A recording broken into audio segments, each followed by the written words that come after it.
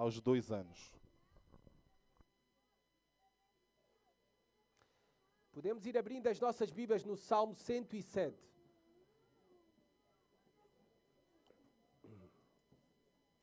Salmo 107. Vamos continuar a nossa exposição no livro de Salmos. Hoje é um culto bem cheio. Já tivemos a apresentação, consagração ao Senhor do Lourenço Vieira. Também teremos a despedida da Natasha, o último culto da Natasha conosco. É por isso que eu estou aqui com o PIN da Ucrânia, que ela me ofereceu, está bem? Em honra da Natasha e último culto aqui conosco. E temos a continuação da pregação no Salmo 107.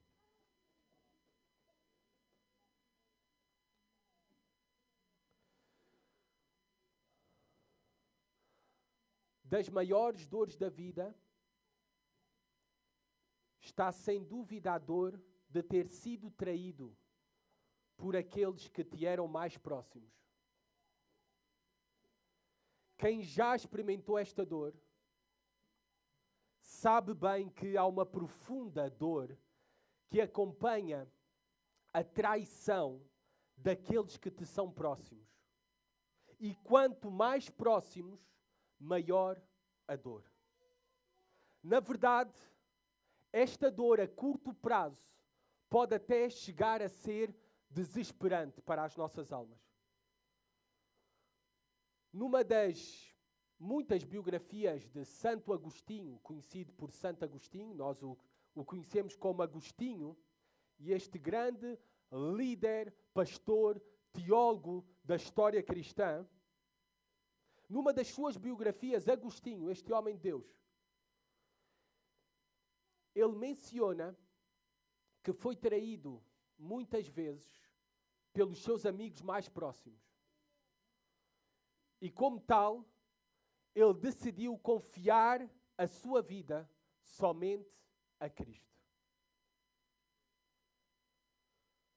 A realidade que temos de aceitar é que há muitas poucas pessoas que irão ficar contigo em tempos de dificuldade ou até ao fim da tua vida. Serão muito poucas. E há vários exemplos que isso ocorre mesmo, há vários exemplos sobre o mesmo nas Escrituras. O próprio exemplo do grande apóstolo Paulo. Reparem como ele termina os seus dias. Ele está num calabouço frio, escuro, úmido, preso. Se ainda tens a possibilidade de visitar a cidade de Roma, tu podes visitar esse lugar em que provavelmente Paulo passou os últimos dias, horas, minutos da sua vida. E desse calabouço, ele escreve a carta de 2 a Timóteo. E as últimas palavras deste grande pastor, deste super apóstolo, deste homem, o maior daqueles que pisou esta terra depois do nosso Senhor Jesus Cristo, ele escreve o seguinte. É o autor de metade do nosso Novo Testamento, se não que mais de metade do Novo Testamento que nós temos. Mas o final da sua vida é com as seguintes palavras. Pois Demas, por amar este mundo, abandonou-me. Agora, não penses que Demas era uma pessoa qualquer. Era um amigo próximo, colaborador especial de Paulo, citado em outras cartas. No fim da sua vida já não está presente. E ele continua, e em 2 Timóteo 4,16 diz o seguinte. Na minha primeira defesa, ninguém me ajudou. Pelo contrário, todos me desampararam. Que isto não lhes seja cobrado. Muitas poucas pessoas estarão contigo até ao fim da tua vida. Quando as dificuldades surgirem na tua vida. Paulo menciona que Lucas sim estava com ele. permaneceu com ele, mas muitos o abandonaram, o desampararam. Bem, mas nós vemos isso até no homem perfeito, que fizeram isso mesmo ao homem perfeito, Jesus Cristo. Nós sabemos a história de Jesus Cristo. Todos vocês sabem. Sofreu com a traição de um amigo próximo, Judas Iscariotes. Era do grupo próximo dos 12. Foi traído com um beijo. Foi negado por Pedro 3 vezes. Pedro, alguém que era do círculo ainda mais próximo dele. Que era um círculo composto por 3 homens. Pedro, Tiago e João. Pedro negou 3 vezes. Ao ponto até de praguejar quando negava. A ideia no original de Pedro a negar não é simplesmente dizer que não conhecia. Era dizer coisas do género: esse homem miserável, eu não o conheço. Não quero ter nada a ver com esse homem. Não era uma simples negação. E Mateus 26, 56 diz o seguinte: que Jesus foi abandonado pelos seus mais próximos quando mais necessitava deles. Diz Mateus 26, 56 o seguinte: então todos os discípulos o deixaram e fugiram. Amados, se isto aconteceu com Agostinho, se isto aconteceu com o apóstolo Paulo, se isto aconteceu com Jesus Cristo, nós sabemos que será uma realidade que nós também iremos experimentar. Muitas poucas pessoas, melhor dito, muitas poucas pessoas estarão connosco nos nossos momentos de maior necessidade, dificuldades, ou ficarão connosco até ao fim das nossas vidas. Mas sabem algo maravilhoso?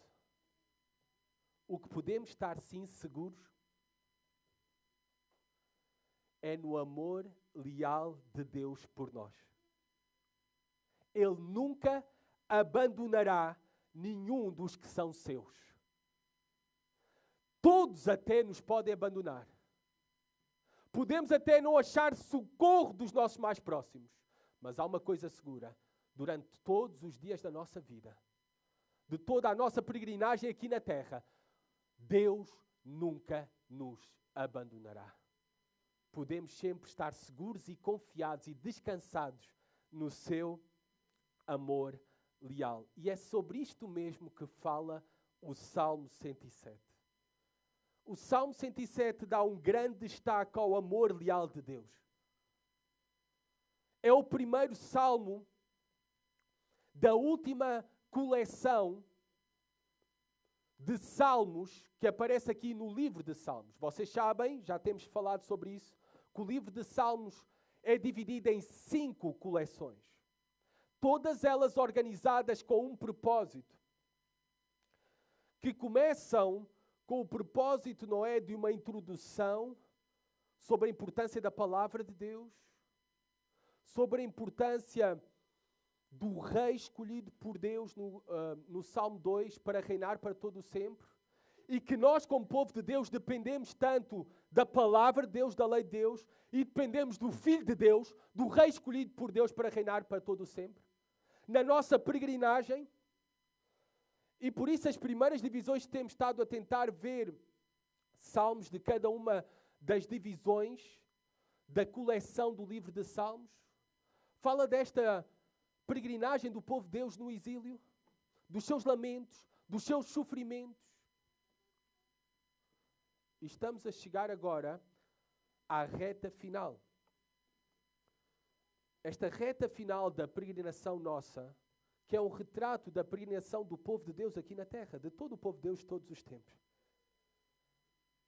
No fundo, todos nós, e este livro de Salmos, os leitores originais deste livro de Salmos, eram os judeus que tinham passado pelo exílio na Babilônia e agora estavam de regresso a Jerusalém. E este livro de Salmos tem o propósito de poder guiar o povo de Deus durante a sua peregrinagem aqui na terra, durante o seu exílio, confiando em Deus, orando a Deus nas suas necessidades e dificuldades, até chegar à glória, ao destino final. É por isso que estes salmos terminam com esta última coleção, o 5º livro, com salmos de louvor, salmos de glória a Deus, louvor a Deus. E esta última seleção é um convite para nós louvarmos a Deus. E termina de forma apoteótica em louvor a Deus. Salmo 146, Salmo 147, Salmo 148, Salmo 149, Salmo 150. Termina com um convite. Louvai! Louvem ao Senhor! E começam todos da mesma maneira e terminam todos da mesma maneira. Aleluia! Estamos no caminho então, em que já passamos para o vale, mas agora estamos a subir para o monte do Senhor. Em que já cruzamos o exílio, a peregrinagem aqui na terra, mas que agora estamos a entrar no santuário de Deus. Estamos no caminho em que o livro de Salmos nos conduz do lamento nesta vida, da dor, do sofrimento, das lágrimas, das dificuldades, mas terminando para aquilo que será a nossa realidade futura gloriosa. Louvor, aleluia, para todo o sempre, na presença de Deus, no santuário de Deus. E este é o primeiro salmo que marca este convite para nós transformarmos o nosso lamento em louvor, porque essa será a nossa realidade futura para todo o sempre.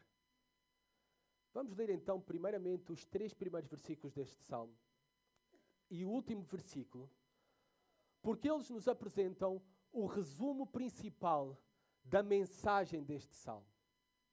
Diz assim a palavra de Deus: rendei graças ao Senhor, pois Ele é bom. O seu amor dura para sempre. Digam isso os remidos do Senhor, que Ele resgatou da mão do inimigo e os que reuniu dentre as terras, do Oriente e do Ocidente, do Norte e do Sul. E agora saltemos para o versículo 43. Quem é sábio, observe essas coisas e considere atentamente o amor do Senhor. Nas vossas traduções talvez até está a misericórdia do Senhor. Mas eu já vou explicar essa palavra e o significado desta palavra muito importante em todo o Salmo e em todas as Escrituras. Então nós temos aqui esta composição que celebra o regresso, a volta dos exilados da Babilônia. O povo de Israel, os judeus, a tribo de Judá e de Benjamim, foram levados para o cativeiro na Babilônia durante 70 anos, feitos prisioneiros, escravos, distantes da sua terra, perderam tudo. E quando pensavam que já não havia mais esperança, Deus os faz regressar a Jerusalém. E esta composição celebra a volta dos exilados, depois da sua caminhada no exílio, da sua peregrinagem na terra estrangeira. Nós vemos então esta celebração do regresso. E começa logo com o convite. Os remidos, dirigindo-se ao povo de Deus, aqueles que foram resgatados por Deus, aqueles que foram salvos por Deus do exílio, da prisão, da escravidão, agora são convocados a louvar ao Senhor. E é-nos apresentado a razão ou as razões pelas quais devem louvar ao Senhor, que estão relacionadas, 2 razões, pela sua bondade e pelo seu amor leal. Então temos aqui uma introdução desta composição que serve como, pensem, um trailer de um filme, uma sinopse de um filme ou de um livro. É um resumo da mensagem principal de todo o Salmo. A mensagem principal é que os salvos, aqueles que foram resgatados pelo Senhor, os redimidos do Senhor, o povo de Deus, deve louvar a Deus pela sua bondade e pelo seu amor leal. O versículo 1 é uma convocação para isso, para expressarmos toda a nossa gratidão, todo o nosso apreço ao Senhor, baseado em quem Ele é bom. E baseado naquilo que Ele faz, o seu amor leal. Traduzido na Almeida Revista e atualizada nas vossas versões como misericórdia.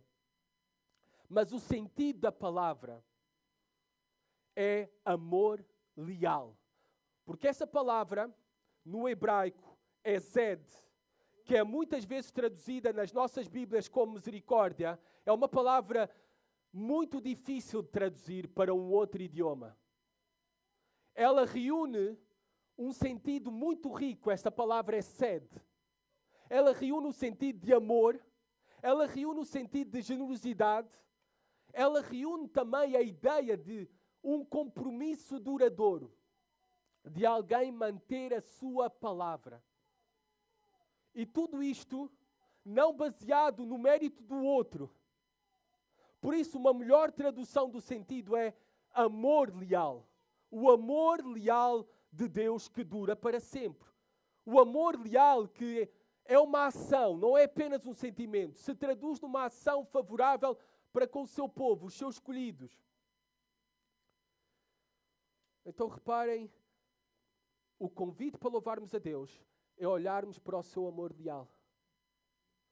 Para a sua fidelidade para conosco, por meio das suas promessas para conosco. A sua aliança para com o seu povo. Por aquilo que Ele tem feito por nós.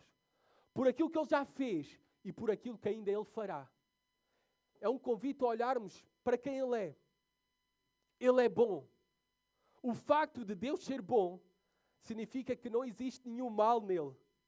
Significa que todas as suas intenções e motivações são sempre boas de Deus. Significa que tudo aquilo que Ele faz é certo. E significa sempre que o resultado que Ele busca, o resultado do seu plano, é sempre bom. Martinho Lutero, o famoso reformador protestante, pensando nesta doutrina da bondade de Deus e da boa providência de Deus que nos dá em todas as coisas, o que nos pede, o que nos faz, ele escreveu o seguinte: se Deus me mandasse comer os detritos das ruas, eu não só os comeria, como também teria ciência, conhecimento de que isso seria para o meu bem. Tudo aquilo que Deus pede, tudo aquilo que Deus traz à nossa vida, tudo aquilo que Deus faz ao seu povo, é para o nosso bem. É para o nosso bem. Faz lembrar o versículo em Romanos 8, 28.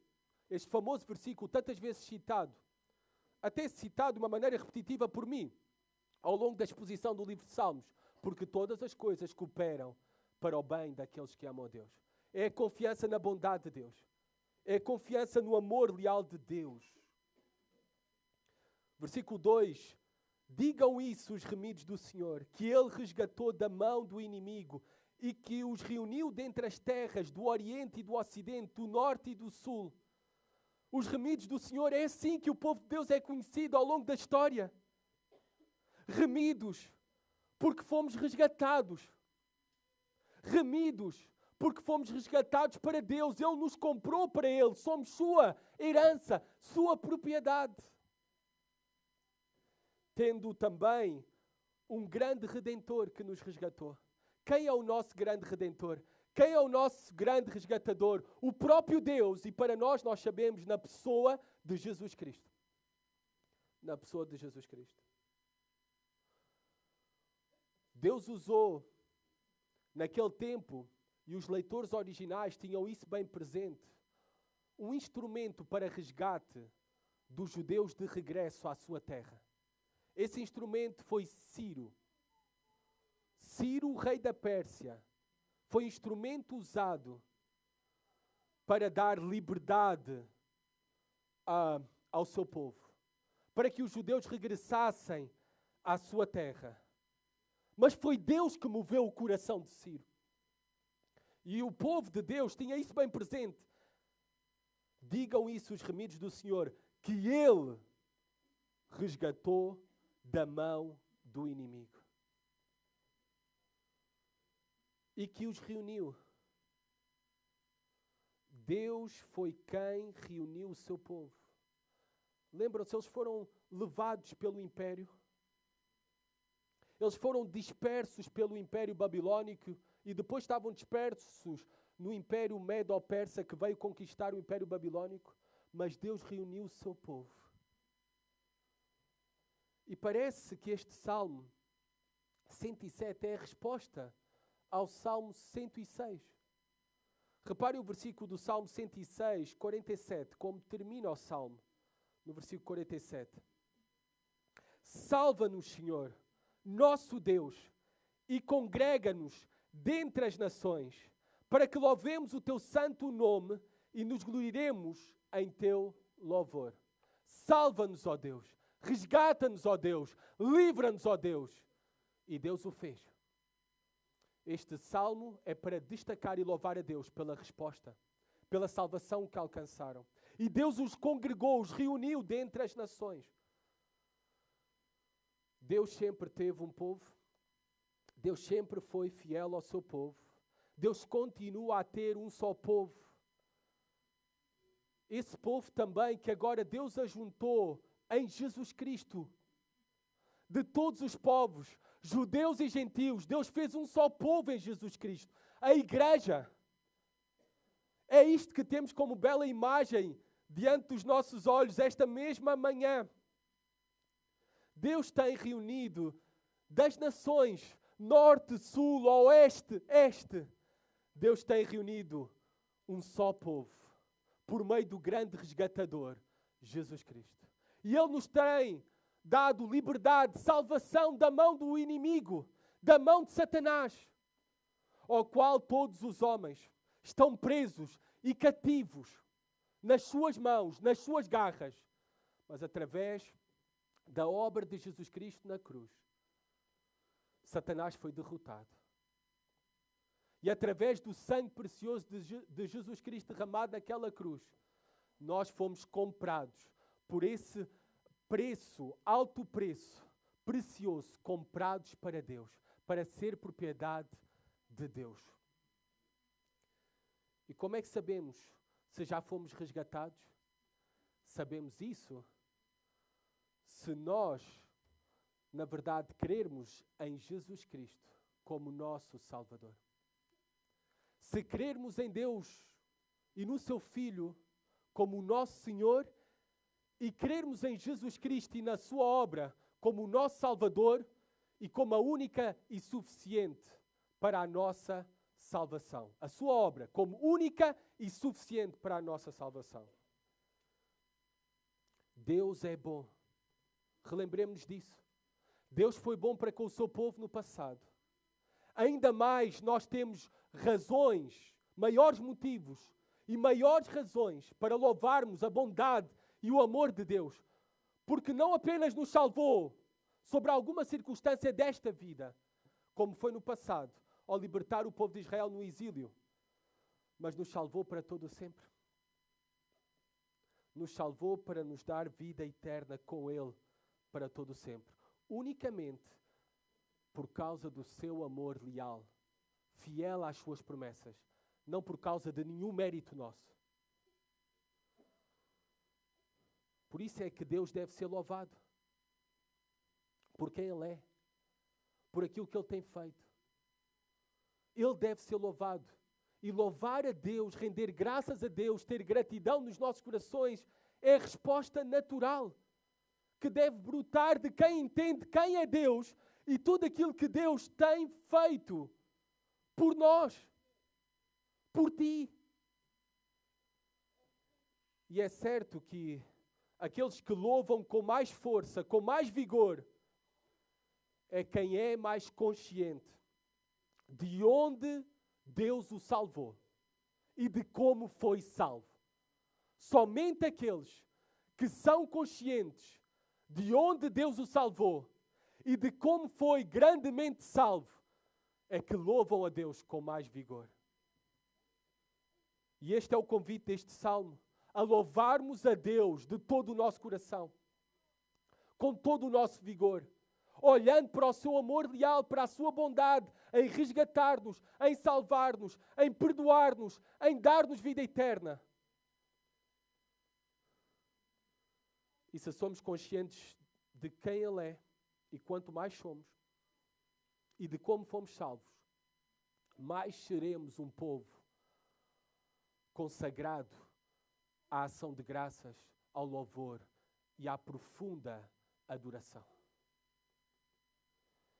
É por isso que o salmista aqui, à continuação desta composição, nos apresenta 4 diferentes cenários que, na verdade, descrevem 4 condições diferentes da triste situação da qual a nação, o povo de Israel, os judeus, se encontravam e foram salvos. Mas estas situações e condições, na verdade, elas também podem ser universais. E elas, na verdade, são uma imagem também para todos os homens e todas as mulheres. Para aquilo que também Deus tem feito por nós. Repare, esses 4 cenários o salmista vai apresentar para relembrar de onde é que eles foram salvos, como é que eles foram salvos. Para que o louvor possa brotar dos seus corações de uma maneira mais consciente e profunda. E esses 4 cenários apresentados seguem sempre o mesmo padrão ao longo deste salmo. Primeiramente, ele nos dá a tribulação, a aflição em que se encontrava o povo. Depois da tribulação, vem a súplica. Depois da súplica do povo de Deus, vem a libertação. E depois da libertação, a ação de graças, louvor. Este deve ser o padrão das nossas vidas também. Reparem, do versículo 4 a 9, o primeiro cenário aqui apresentado sobre o povo, sobre a nação de Deus, é de peregrinos no deserto. Reparem o que diz a palavra de Deus do 4 a 9. Leiam comigo, por favor. Andaram desgarrados pelo deserto, por regiões áridas, sem encontrar cidade onde pudessem habitar. Famintos e sedentos desfaleciam. Em sua angústia clamaram ao Senhor, e Ele os livrou das suas aflições. Conduziu-os por um caminho certo, para irem até uma cidade em que habitassem. Rendei graças ao Senhor, por seu amor e por suas maravilhas para com os filhos dos homens, pois Ele satisfaz o sedento e sacia o faminto. Então vamos reparar o cenário. Primeiro, a aflição do povo, a tribulação do povo. Versículo 4 e 5. Andaram desgarrados pelo deserto, sem encontrar cidade, famintos e sedentos, desfaleciam. Eu creio, tendo em conta o contexto do exílio, que é o contexto dos leitores originais do livro de Salmos, eu creio que se está a referir mesmo a esta peregrinação longa e perigosa pelo deserto do regresso a Jerusalém, desde o Império da Babilônia, ou naquela altura do Império Medo-Persa.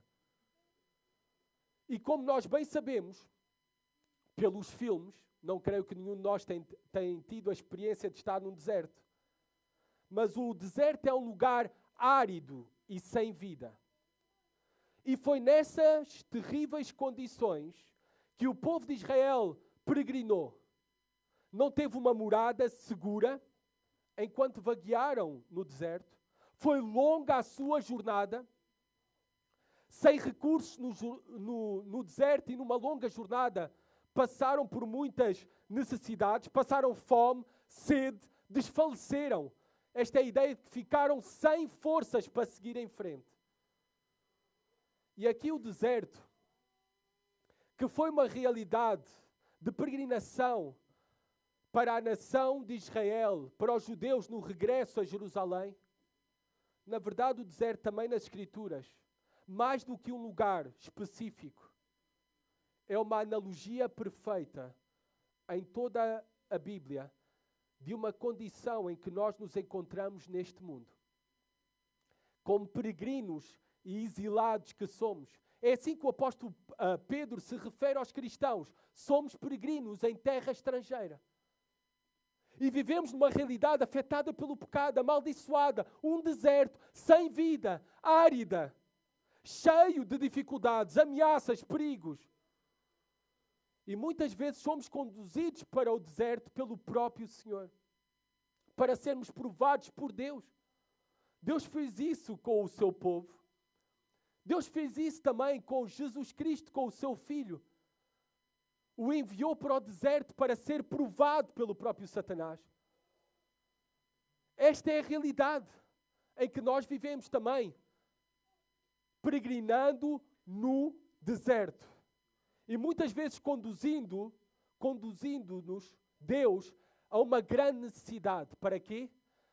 Para que finalmente possamos voltar-nos de todo o coração para Deus e suplicarmos a Ele. Quando perdermos tudo. E é isto que acontece. Versículo 6. O que é que faz o povo? Em sua angústia. Deus os conduziu à angústia. E na sua angústia clamaram ao Senhor. E Ele os livrou das suas aflições. É este o propósito de Deus para nós nesta peregrinação. É que clamemos a Ele muitas vezes. Em tempos de angústia, aflição, necessidade. E tudo debaixo da sua ação soberana sobre as nossas vidas. O propósito é que nós nos voltemos para Ele. Pois só nessa grande angústia é que muitas vezes é que nós olhamos para Ele. Buscamos a Ele. E Deus, como prometeu, Deus já tinha prometido isso ao povo de Israel no passado. Em Deuteronômio 30, nós não temos tempo de ler, mas Ele prometeu, onde estiver o meu povo, se humilhar e clamar por mim, eu os ouvirei. E Deus os ouviu e os livrou. Nós temos a resposta no versículo 7, libertação. Conduziu-os por um caminho certo, para irem até uma cidade em que habitassem. Na providência do Senhor os guiou e os conduziu ao destino tão desejado a Jerusalém, sem GPS, sem bússola. Não havia naquele tempo. Foi só inventada, se não estou em erro, depois do 1º século, depois de Cristo. Deus os guiou e os sustentou. E por isso, versículo 8 e 9, a ação de graças. A convocação para louvar ao Senhor pela sua bondade e amor leal. Este é o refrão no Salmo. Nós temos o refrão aqui do versículo 6 até ao versículo 9. Porque é repetido este refrão ao longo de todo o Salmo. Em sua angústia clamaram ao Senhor e Ele os livrou das suas aflições.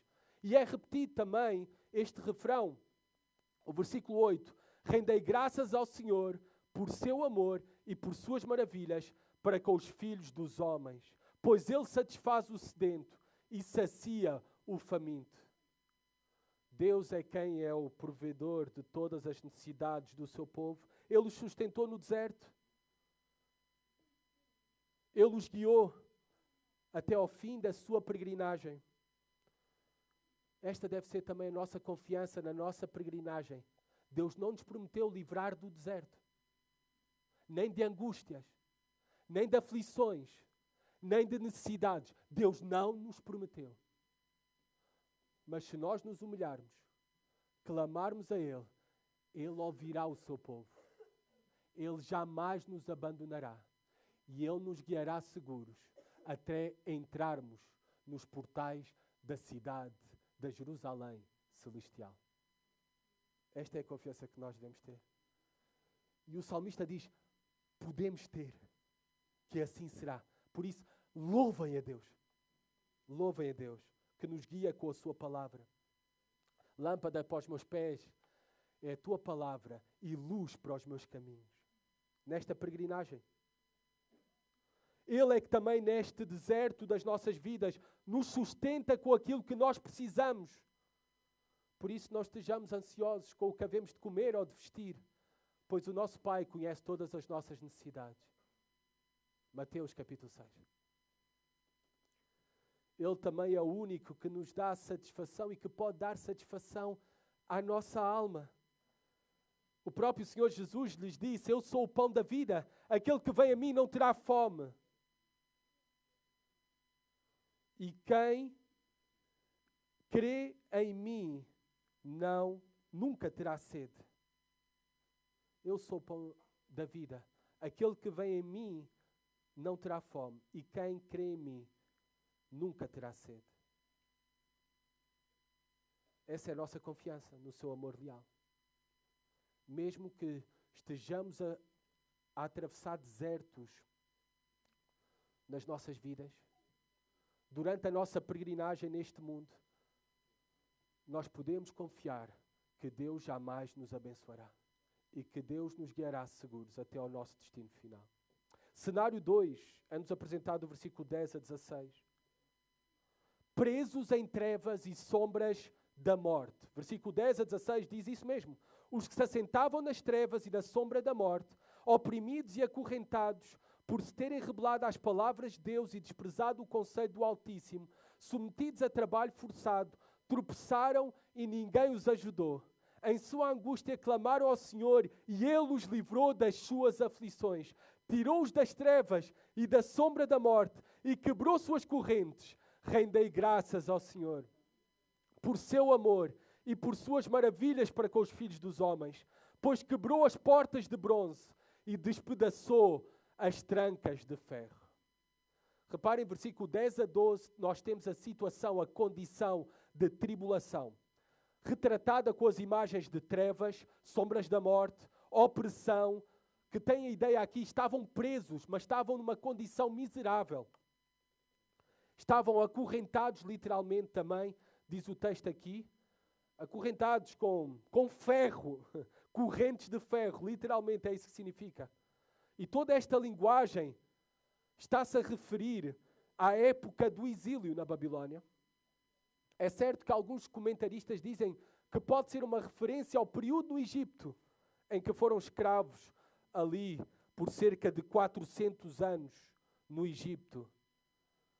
Mas o que nós vemos aqui é o retrato da condição do povo de Deus, da nação, tanto a condição material como imaterial, tanto a condição física como espiritual, tanto retrata a condição exterior do povo, mas também a condição interior do povo.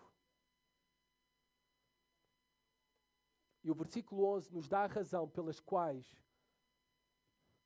eles sofreram tudo isto e estavam em grande tribulação. Versículo 11 nos diz: por se terem rebelado contra as palavras de Deus e desprezado o conhecimento do Altíssimo, submetidos a trabalho forçado, tropeçaram e ninguém os ajudou. Rebelaram-se contra as palavras de Deus, desprezaram o conselho do Altíssimo. Esta é uma grande advertência para nós também. Muito sofrimento que vem às nossas vidas é por culpa própria. É consequências de desprezarmos o conselho de Deus, de desobedecermos e sermos rebeldes à palavra de Deus. E há as consequências naturais disso. Não podemos esperar que não iremos sofrer, que não iremos enfrentar terríveis consequências para as nossas vidas, para os nossos casamentos, para os nossos filhos, para a igreja, se rejeitarmos o conselho de Deus, se não dermos ouvidos à palavra do Altíssimo, se nos rebelarmos à sua voz. Amados irmãos, de Deus não se zomba. O apóstolo Paulo diz isso nas seguintes palavras em Gálatas 6. Pois aquilo que o homem semear, isso também ceifará. Porque o que semeia para a sua própria carne, da carne colherá a corrupção. Mas o que semeia para o Espírito, do Espírito colherá a vida eterna. Este é o grande alerta para nós. O juízo veio sobre o povo de Israel pelo seu desprezo pelo conselho de Deus, pela palavra de Deus. Não será diferente contigo. Não será diferente. Nem comigo. É uma advertência séria. Se desprezarmos o conselho de Deus, se desobedecermos à sua palavra, terríveis consequências iremos colher do mesmo. Reparem, no versículo 12 diz que ninguém os ajudou. As prisões orientais eram lugares de trabalhos forçados. Os prisioneiros precisavam trabalhar como animais de carga. Não tinham liberdade para descansar.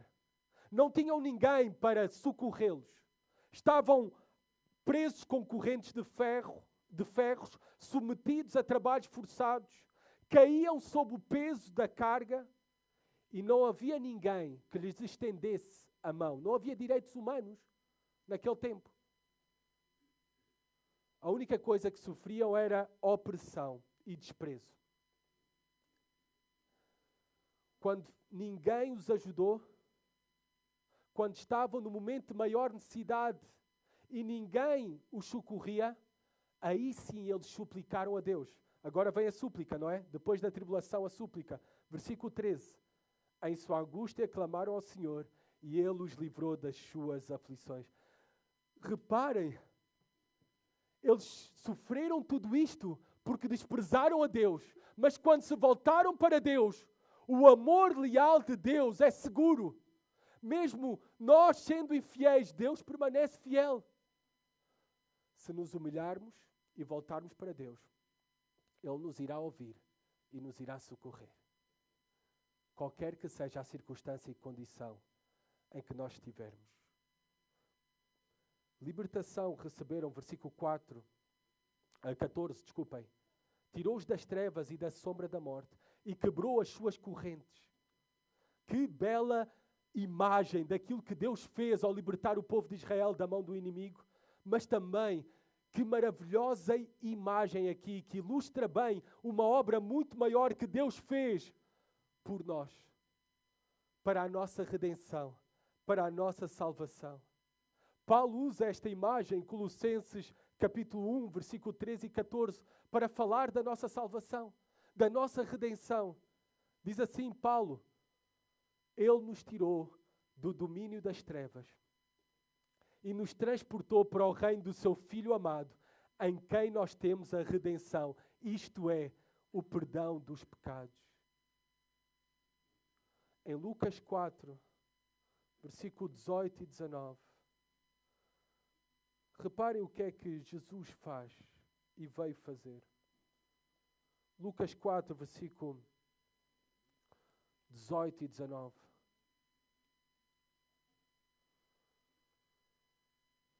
Diz assim a palavra de Deus.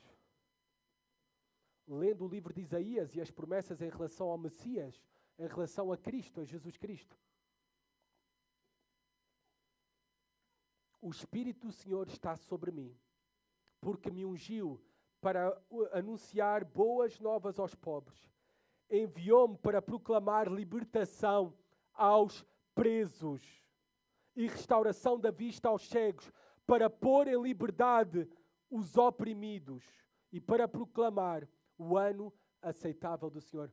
Foi isso que Cristo veio fazer, para nos dar a liberdade.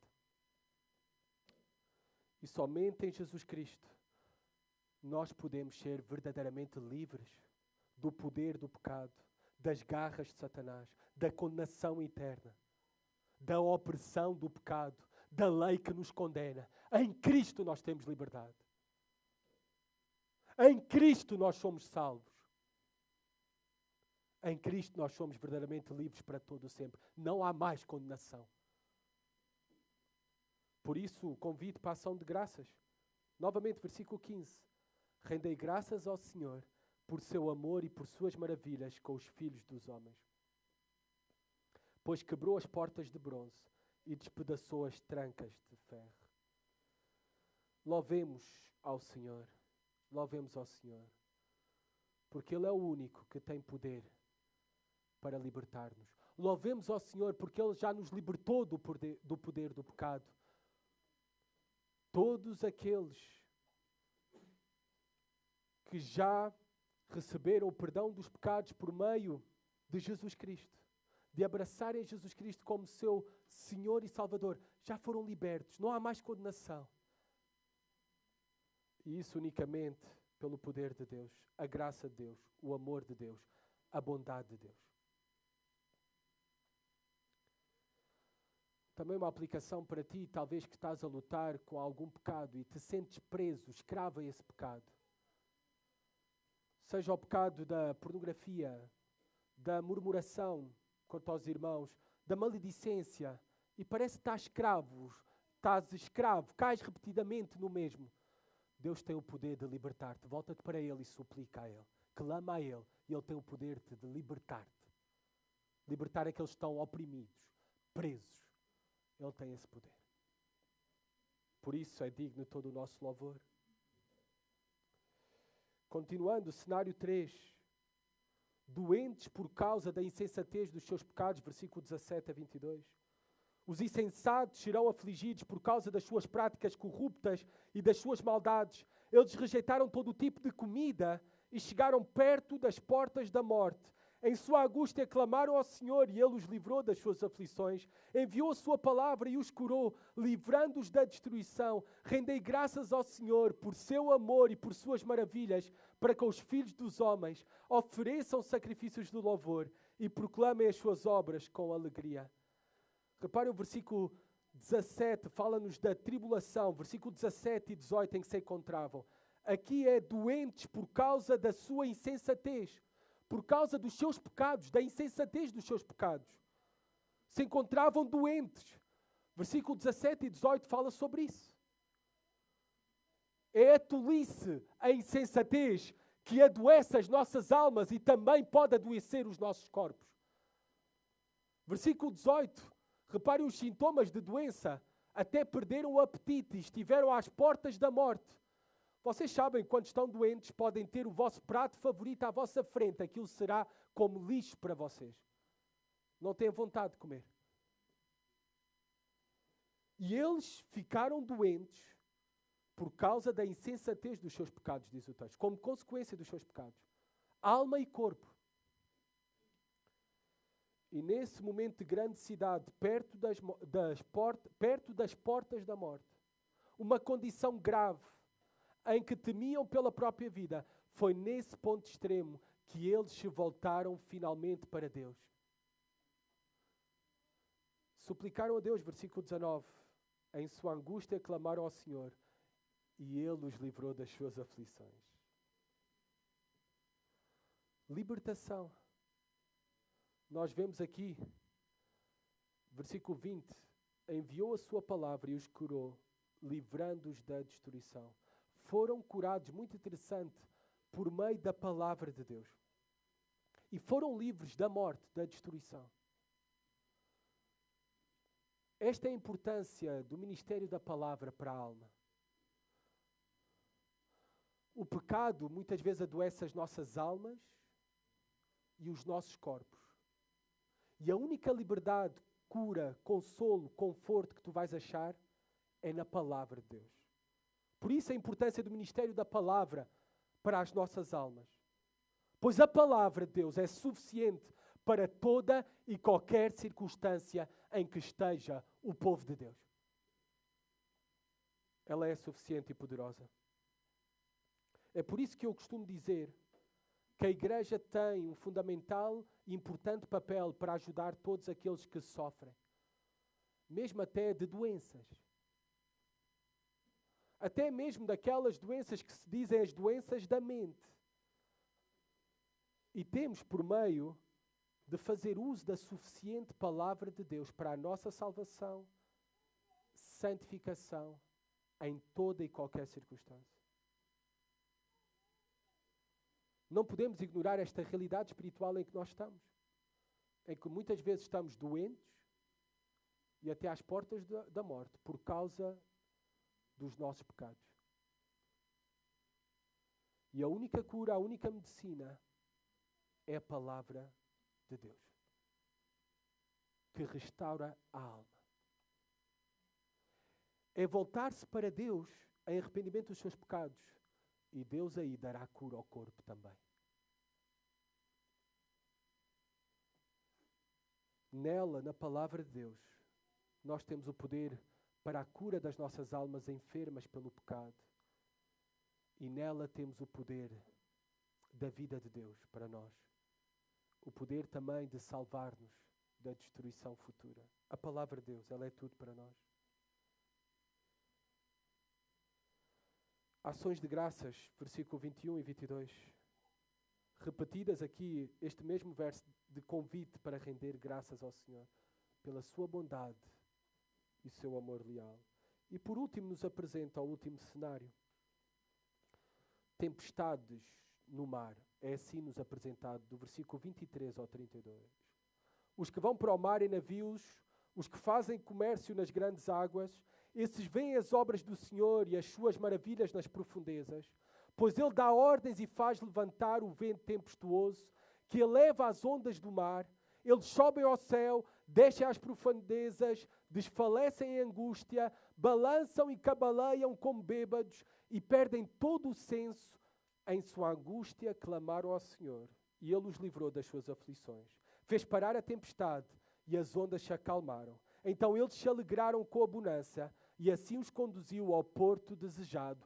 Rendei graças ao Senhor por seu amor e por suas maravilhas para com os filhos dos homens. Exaltem-no na assembleia do povo e louvem-no na assembleia dos anciãos. Na primeira parte nós temos o padrão da aflição e situação em que se encontravam. É certo que isto não, muito dificilmente até pode ser aplicado literalmente aos judeus. Judeus não são conhecidos por ter grande experiência no mar. Eu creio que aqui é usado apenas como uma linguagem de ilustração da condição do povo nas distintas imagens que nos são dadas pelas aflições numa tempestade ou nas tempestades no mar. Nós vemos aqui que é descrito o mar grandemente agitado e agitado por Deus. Grande aflição por este poderio do mar diante dos seus olhos, revoltoso. Também a descrição da perda de equilíbrio e orientação, fruto de toda a agitação nessas águas tumultuosas e na desesperação pelas suas próprias vidas. Bem, muitas vezes assim pode ser nas nossas próprias vidas. Nos sentimos que nos estamos a submergir num mar revoltoso contra nós, cheios de problemas. Estamos naufragando em grande aflição nas tempestades da vida. O que é que devemos fazer? Aquilo que o povo fez em grande cidade. Versículo 28, suplicou a Deus. Vocês já sabem, é o refrão repetido. E Deus os libertou. Versículo 29 a 30, fez parar a tempestade e as ondas se acalmaram. Então eles se alegraram com a bonança e assim os conduziu ao porto desejado. Eu não posso deixar de pensar ao ler estes versículos em Jesus Cristo. Quando os discípulos temiam pela sua própria vida e uma grande tempestade se levantou e estavam ao ponto de naufragar, foram acordar o Mestre que estava a dormir, Jesus Cristo. E ele, levantando-se, repreendeu o vento e disse ao mar: aquieta-te. O vento parou e fez uma grande calma. Não importa qual seja a tempestade na tua vida, Deus pode acalmar essa tempestade. Deus pode cessar essa tempestade. Volta-te para Ele, suplica a Ele, clama a Ele.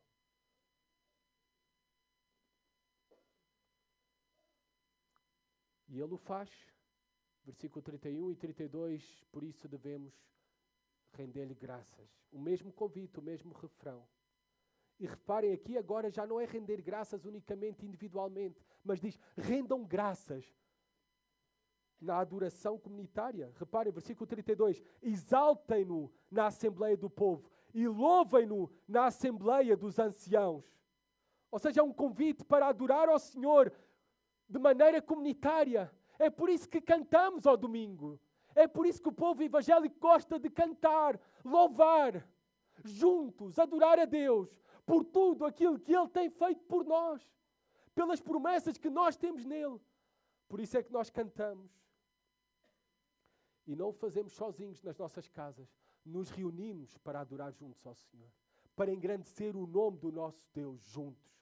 Porque não adoramos a Deus somente pelos nossos livramentos, mas pelo livramento que o Senhor tem concedido aos nossos irmãos. E também pela confiança que nós temos nas suas promessas. Que um dia Ele nos vai dar o descanso de todas as aflições, angústias e tempestades. Na glória não haverá mais dor, nem lágrima, nem sofrimento, nem preocupação. Nos alegramos e por isso o adoramos, confiados no seu amor leal. Reparem como termina o Salmo. Versículo 33 a 42.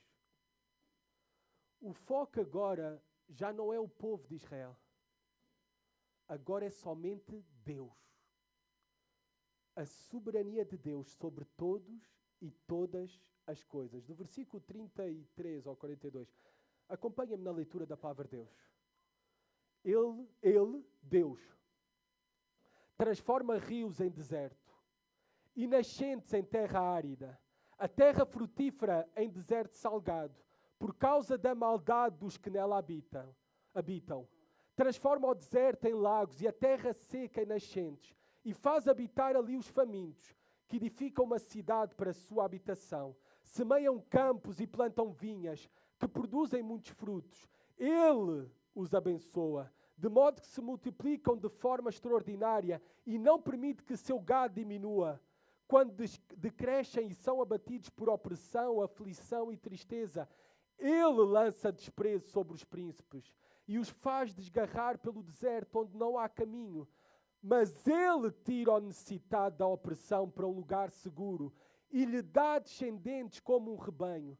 Quem é correto vê e se regozija, e todo o que é mau ou ímpio tapa a própria boca.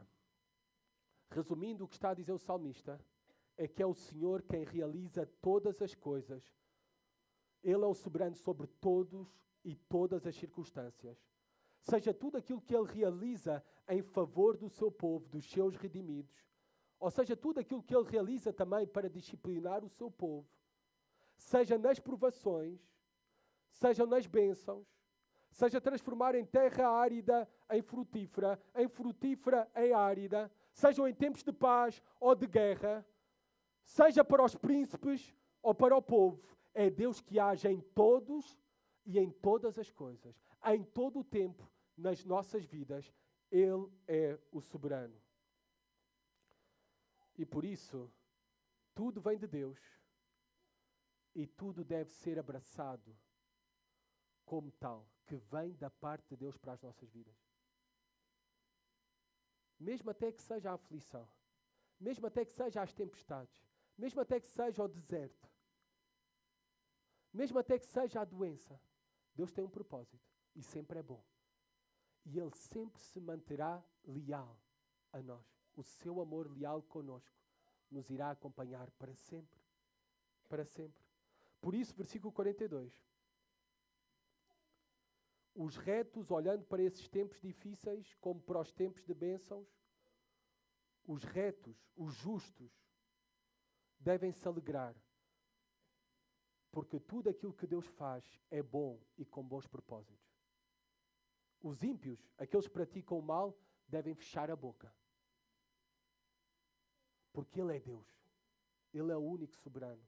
E devem fechar a boca porque, na verdade, parece aquilo que a polícia diz, não é? Quando está na detenção de alguém. Tudo o que você disser poderá ser usado contra ti no tribunal. Tudo o que tu disseres poderá ser usado contra ti no tribunal. Então é melhor, para não acumular juízo, fecha a boca diante do Deus soberano.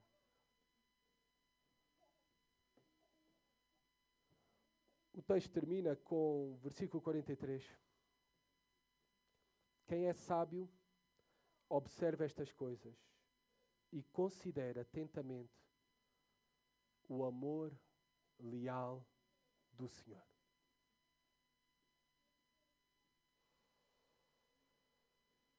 Nunca devemos perder de vista a máxima que o temor do Senhor, o temor a Deus é o princípio da sabedoria. Os sábios são aqueles que consideram a Deus. Os sábios são aqueles que atentam para a palavra de Deus. Sábio é aquele que considera a Deus, as suas obras, a sua palavra. Aqueles que temem a Deus. É insensatez, tolice, loucura não considerar a Deus, não ouvir a sua voz. E a maior necessidade dos homens, conforme fomos relembrados neste salmo, a maior necessidade dos homens é de serem redimidos, resgatados, salvos. E a Bíblia fala, salvos da ira vindoura, da perdição eterna. E só há uma forma de escapar da destruição eterna. Só há uma forma de sermos resgatados, livres do poder do pecado, livres da garra de Satanás. E é por meio do sangue de Jesus Cristo. É por meio de creres em Jesus Cristo como teu Senhor e Salvador. De abraçares a Ele de todo o teu coração. Teme a Deus. Teme ao Filho. Abraça Jesus como teu Senhor e Salvador. Nós que já somos o seu povo redimido, que tememos a Deus, sejamos sábios em observar essas coisas. Tão grande salvação que nós temos recebido. Cristo já nos resgatou de todo o pecado. Cristo já nos resgatou, nos redimiu da culpa do pecado. Cristo já nos redimiu do poder do pecado. Cristo já nos redimiu da punição do pecado. E um dia, por causa do seu amor leal, Ele nos irá resgatar, redimir da presença do pecado. O seu amor leal é a nossa maior segurança nesta vida e além do sepulcro. O seu amor leal é a principal razão do nosso louvor e adoração a Ele. Por isso é que devemos ser um povo que o louva de todo o coração e louva com todo o vigor. Lembram-se do que eu vos contei sobre Paulo ao início na introdução? Todos me abandonaram? Ninguém esteve comigo? Mas eu não li todo como ele termina a carta de 2 a Timóteo. Termina com as seguintes palavras: mas o Senhor esteve ao meu lado e me fortaleceu.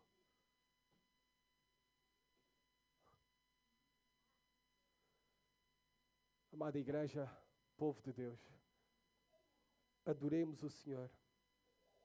Consideremos atentamente o seu amor leal.